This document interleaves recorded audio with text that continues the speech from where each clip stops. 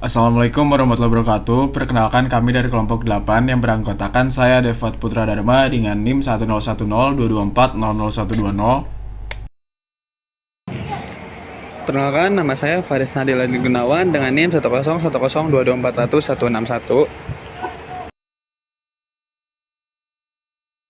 Baik, perkenalkan nama saya Muhammad Jian Adi Gunawan dengan NIM 1010224002204.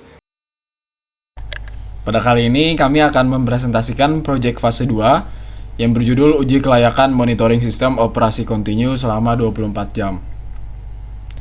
Yang pertama adalah latar belakang dan urgensi pengujian. Dalam operasional industri 24/7, kegagalan sistem monitoring dapat berakibat fatal. Standar ISA 5.1 menurut identifikasi, simbol, dan loop control yang presisi. Yang pertama ada integritas data, memastikan sensor tidak mengalami drift selama 24 jam. Yang kedua ada respons alarm, validasi ambang batas high dan low sesuai API 2350. Kemudian ada tujuan utama pengujian. Yang pertama ada akurasi dan presisi, memastikan error pengukuran level kurang dari 1% dan aliran kurang dari 2% sesuai spesifikasi instrumen standar ISA. Yang kedua ada stabilitas kontinu, menguji ketahanan microcontroller dan sensor terhadap panas dan noise selama simulasi 24 jam non-stop. Yang terakhir ada validasi alarm, menjamin sistem interlock bekerja tepat saat kondisi anomali terdeteksi. Kemudian ada parameter teknis pengukuran, bisa dilihat di tabel. Yang pertama ada variabel pengukuran, kemudian ada satuan, kemudian ada metode akuisisinya, dan yang terakhir ada rentang operasinya. Untuk selanjutnya akan dijelaskan oleh rekan saya, dipersilakan.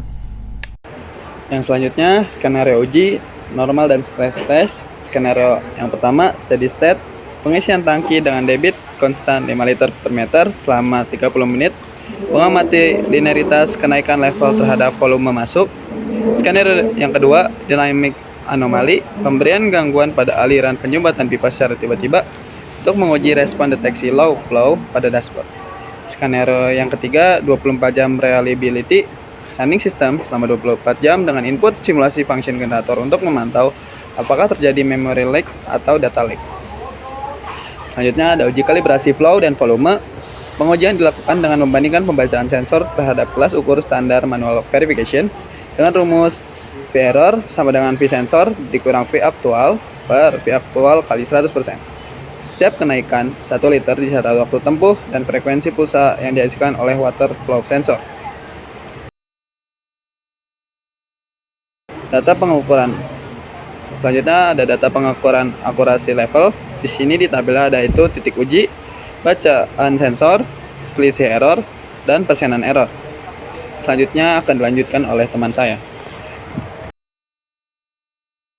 Baik, selanjutnya ini ada grafik distribusi error pengukuran dalam persenan. Grafik ini menunjukkan distribusi error pada setiap titik pengukuran. Error tertinggi terjadi pada level 10 cm sebesar 1% karena berada di area blind zone sensor.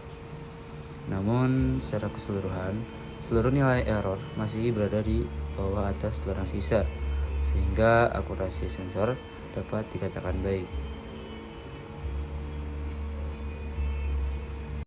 Baik, di sini ada deteksi kondisi operasi.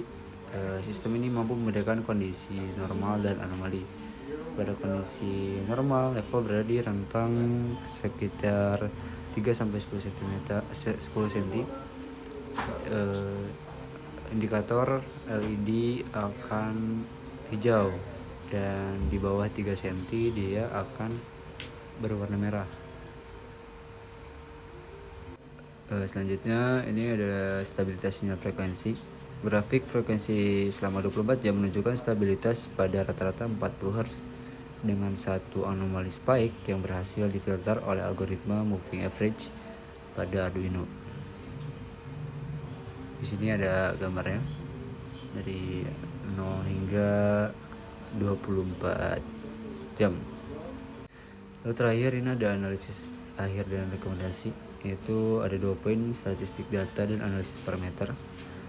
Dalam statistik data yang pertama itu ada linearitas 0,995 dan artinya itu sangat baik, dan drift sensor itu kurang dari 0,05 cm.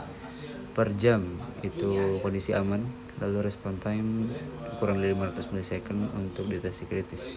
Dan terakhir ini ada analisis parameter, yaitu parameter frekuensi flow sensor dipengaruhi oleh turbulensi air. Diperlukan penambahan buffer tank atau filter perangkat lunak lebih lanjut untuk menjaga akurasi saat debit tinggi. Baik, sekian dari kelompok kami di presentasi kedua ini. Maaf bila ada perkataan yang tidak enak. Sekian dari kelompok kami. Wabillahi taufiq wal hidayah. Wassalamualaikum warahmatullahi wabarakatuh.